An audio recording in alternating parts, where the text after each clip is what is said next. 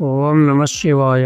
భాగవతంలో దక్షయజ్ఞ సమయంలో తన భార్య అయిన సతీదేవి ఆత్మాహుతి చేసుకుందన్న విషయం తెలుసుకున్న పరమేశ్వరుడు మదించిన సింహంలా గర్జిస్తూ భయంకరంగా నవ్వుతూ మెరుపుతీగల అగ్నిజ్వాలలాగా ప్రకాశించే తన జటను ఒకదానిని పెకిలించి భూమి మీద విసిరి కొడతాడు. ఆ జటాజూటం నుండి వీరభద్రుడు ఆవిర్భవించాడనే సందర్భంలో పోతనగారు వాడిన పద్యం వీరభద్రుడు చండమార్తాండుడిలాగా ఎలా ఆవిర్భవించాడో, ఆయన రూపం ఎలా ఉంటుందో పద్యం కూడా అంత కఠినంగానే ఉంటుంది.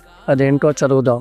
ఆబ్రహ్మిలా దబ్ర విభ్రమాబ్రభ్రమ కృన్నీల దీర్ఘ శరీరమమర బ్రజ్వలజ్వలన దీప్తజ్వాలికా జాల జాజ్వల్యమాన కేశములు మెరయ జండ దిగ్వేదండ సుడాంబ దోర్దండ సహస్రధృతిహేతి సంగమొప్ప వీక్షణత్రయలోక వీక్షణద్యుతిలోక వీక్షణతతి దుర్నిరీక్షముగను గ్రకచ కఠిన కరాల దంష్ట్రలు విలుంగ ఘన కపాలాస్తి వనమాలికలను దనర నకిలలోక భయంకరుడగుచు వీరభద్రుండుదయించ మారుట రుద్రుడు పరమశివుడు పెకిలించిన జట నుండి సకల లోకాలకు భయం కలిగిస్తూ రెండవ రుద్రుని వలె వీరభద్రుడు ఉదయించాడు. కాలమేఘంలా సుదీర్ఘమైన నల్లటి దేహం ఆకాశాన్ని మరిపించింది. భగభగమండే అగ్నిజ్వాలల మాలగా ఉండే తల వెంట్రుకలు ప్రకాశిస్తున్నాయి. ఏనుగు తొండంలాగా ఉండే 1000 చేతులలో ఆయుధాలు మెరుస్తున్నాయి. ఆయన 3 కన్నుల నుండి వచ్చే ప్రకాశం లోకాలలో ఎవ్వరి కన్నులతో చూడలేకుండా ఉన్నాయి. మెడ నిండా పుర్రెమాలలు వేలాడుతూ కోరలు రంపంలాగా